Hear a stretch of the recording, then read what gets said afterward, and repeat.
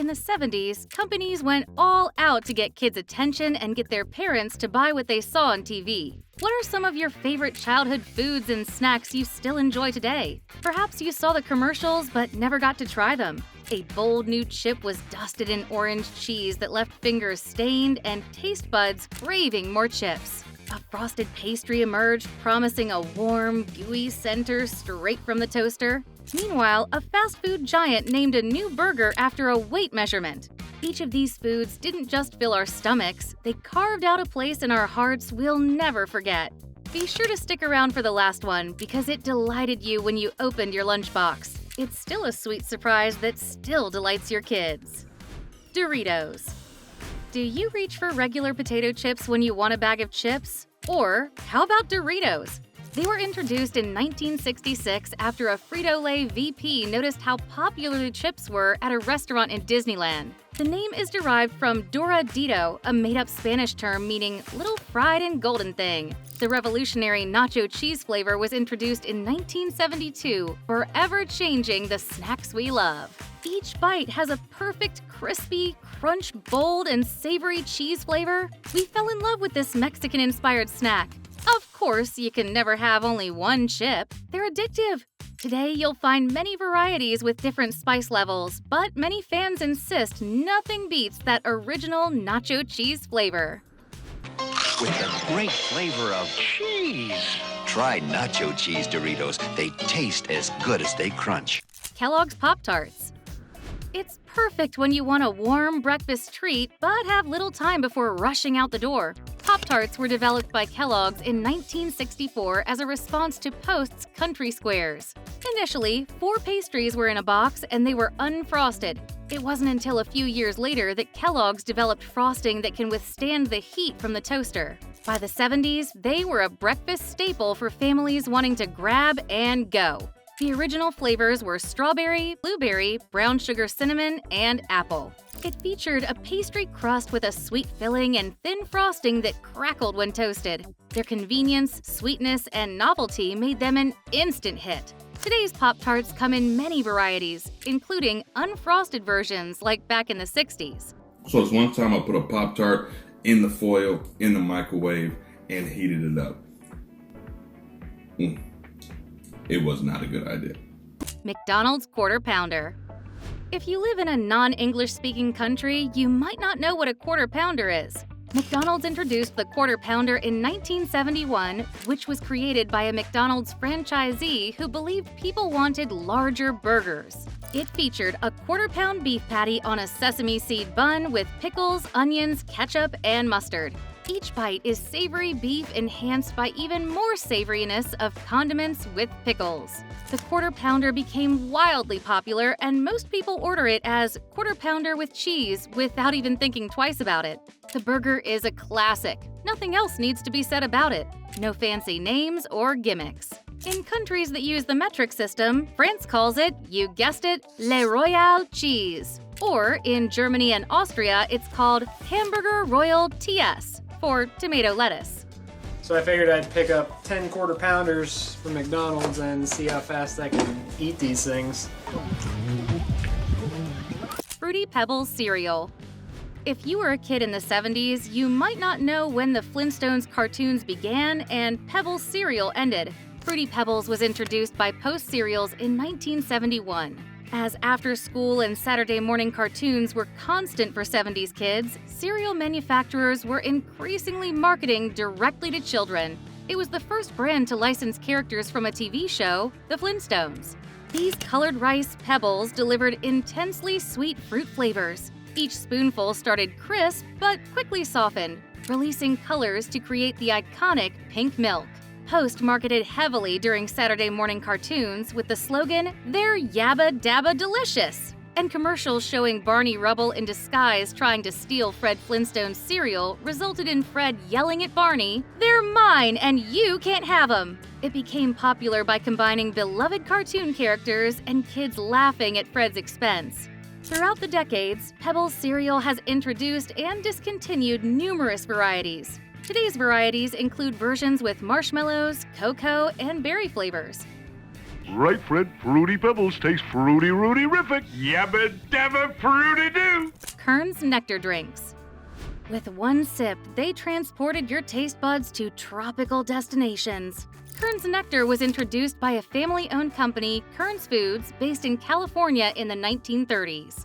They became very popular in the 1970s when distribution was expanded nationwide. They were created to bring Latin American fruit flavors to America. The flavors included apricot, mango, guava, papaya, and peach, delivering an intensely sweet, pulpy experience unlike typical fruit juices. They encouraged you to drink a bite of fruit. Each sip is thick with a smooth texture that is more substantial than juice, but not heavy like a smoothie. Kern's became popular in Latin American communities and gradually found crossover success. Its distinctive and exotic flavors made it a special treat you had to try. Today, Kern's continues under the Costa Rican beverage giant Jumex with new flavors like strawberry banana and pineapple while maintaining its signature thickness that defines authentic fruit nectar. Drink a mango anywhere you go. Drink a bite of Kern's Nectar. Bubblicious Bubble Gum. In the 70s, it seemed like every kid challenged each other to see who could blow the biggest bubble.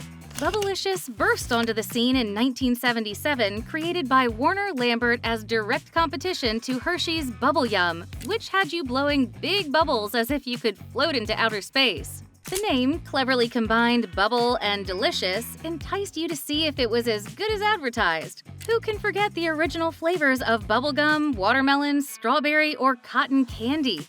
They came in 5 pieces in a pack. The texture was remarkably soft and pillowy. Each piece delivered an almost overwhelming sweetness and artificial fruit flavor that lasted a long time. There have been 28 different flavors of Bubblicious bubblegum. Today, it is owned by a Dutch-Italian company, and all but one flavor has been discontinued. That flavor is, drumroll please, watermelon.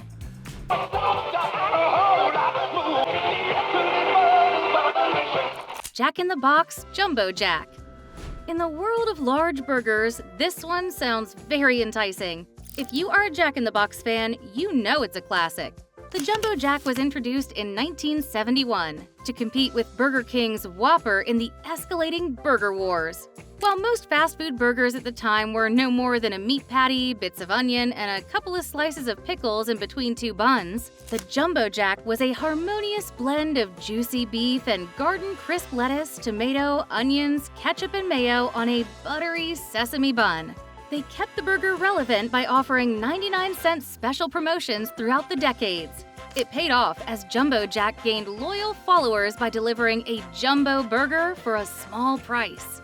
It's still on the menu today, but we would love to see the 99-cent price return.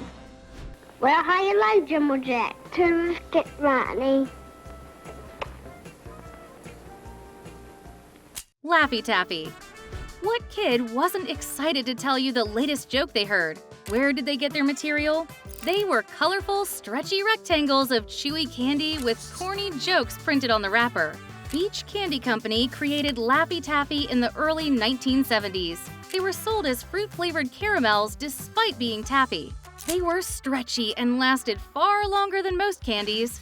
Original flavors included strawberry, grape, apple, and the cult favorite, banana, each delivering an intensely sweet, artificial fruit experience.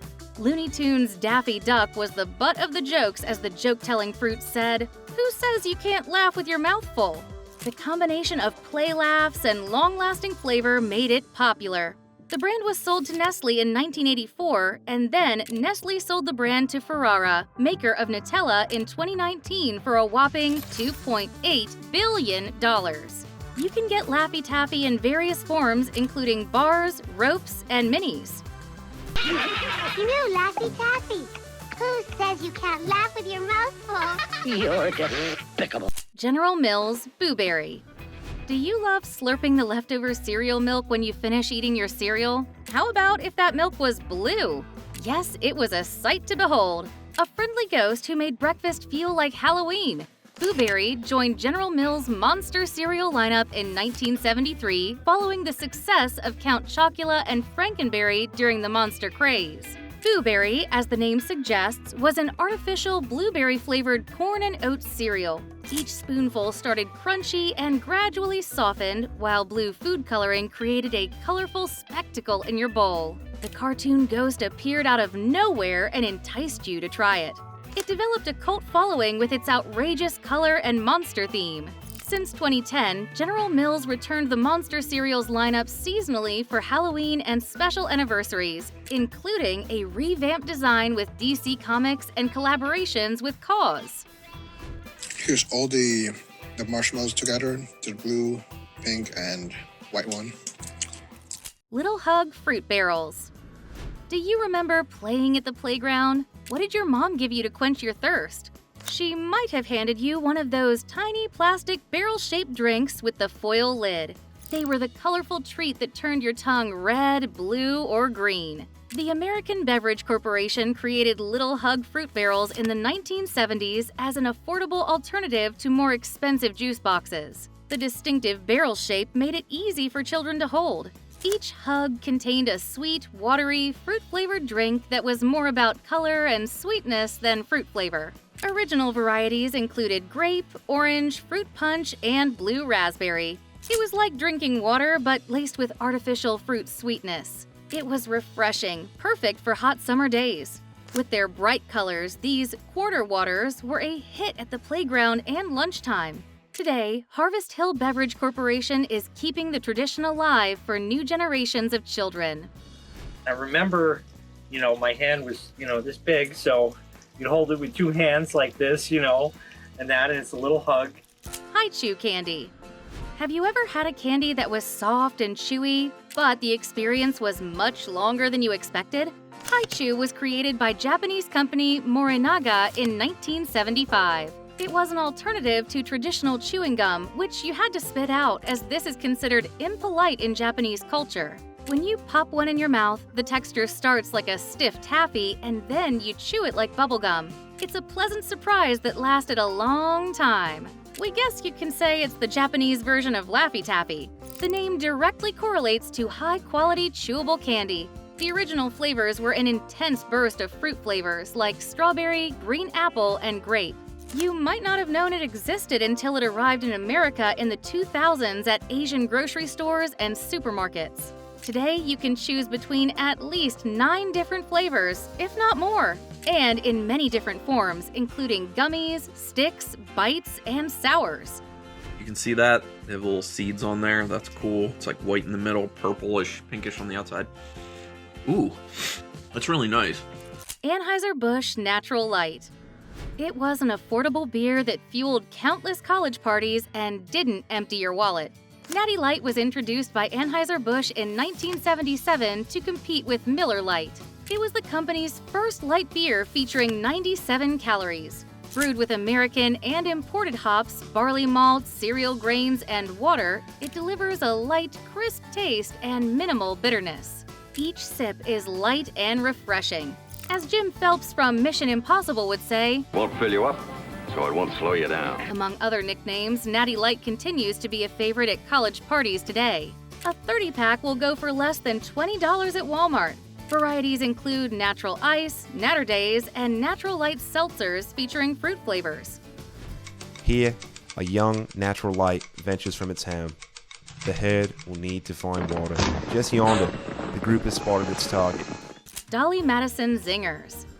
Do you remember when you were a kid, you opened your lunchbox and found a cake for dessert? It was the epitome of saving the best for last. Zingers were introduced by Dolly Madison in 1972. These soft, moist cakes came in 3 classic varieties: Golden Cake, which was vanilla, Devil's Food, which was chocolate, and who can forget raspberry covered with coconut shavings? Each bite delivered a sweet and comforting experience with the perfect ratio of soft cake to creamy filling to rich frosting. Your mom bought them, and there were 12 in a box featuring the Peanuts characters. Beware of the Zinger Zapper. Eventually, Zingers was zapped by the Smucker's Company, which now owns Dolly Madison and Hostess. Zingers are still available today under the Hostess brand, sadly without the Peanuts characters. When you have zingers around, there's no escaping the Zinger Zapper. There you have it. What do you think of our list? Were there any childhood favorites we missed? Let us know in the comments. If you enjoyed this video, YouTube thinks you'll enjoy this one. Thanks for watching!